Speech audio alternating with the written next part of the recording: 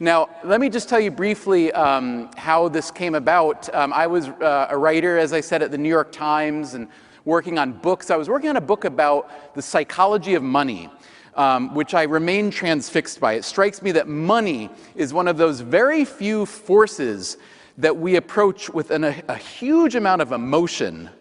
We like to think we think rationally about money, the way we like to think we think rationally about other things, sex and religion and politics. But the fact is that emotion is incredibly strong. And so that's the book I was writing. And I'd been doing research for a couple of years, spending a lot of time with a lot of economists and psychologists and anthropologists and so on. And my editor at the Times magazine said, we'd like you to go to Chicago to write a magazine profile of this guy, Steve Levitt, an economist, who just won this award.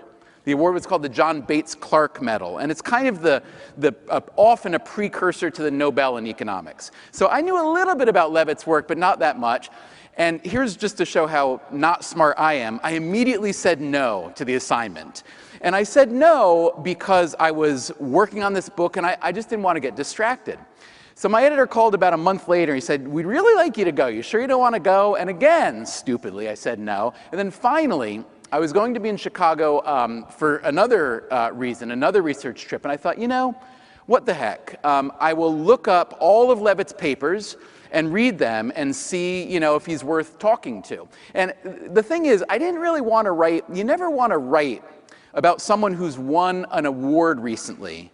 There are two big reasons. One is they usually won it for something that they did a while back, and now they're just kind of sitting around, you know, getting clapped for.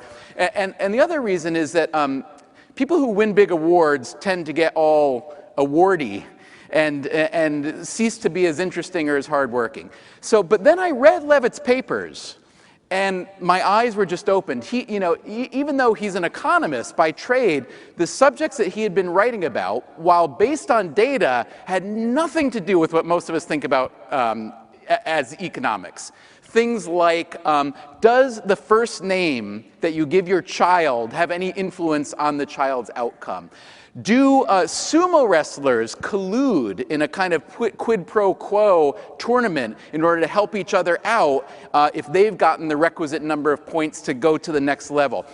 Does your real estate agent actually have your best interests at heart when you are selling your home? Short answer, no. So, but what was great about this is that he did these papers about things that were fascinating in the real world, much like I like to write about, but he did them with data. Huge pieces, huge mounds of data that he would then analyze and torture these data until they gave up some kind of real, true answer. And I was taken with it. And so I went to Chicago, and I spent a couple days with him, interviewing him and reading papers and talking to other collaborators of his.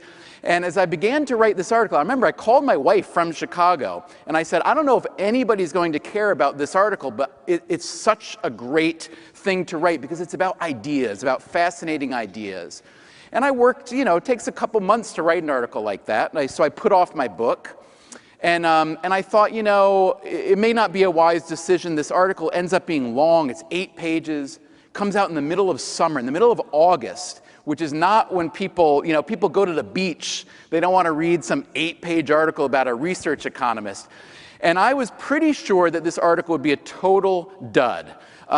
Because honestly, most things that writers write are total duds. We talk about the period you work for months or years on something, and then it's about to come out. And we call that period the lull before the lull.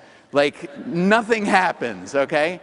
And in this case, I was convinced it would be a dud, and my hunch was confirmed when the day the article came out in the New York Times Magazine. I get one phone call, and it's from Steve Levitt's mom back in Minnesota.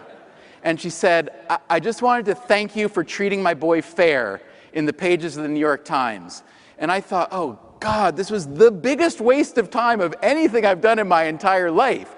So yet one final measure of how not smart I am. I did not predict any of this coming true. The article was well received. We wrote a book. We wrote another book. We're just about to finish our third. And it brings me here, even though I've not been drafted by the Pittsburgh Steelers, my lifelong dream, it does bring me here today. And I thank you very much for having us. And now I'll give Steve Levitt a turn. Thank you very much.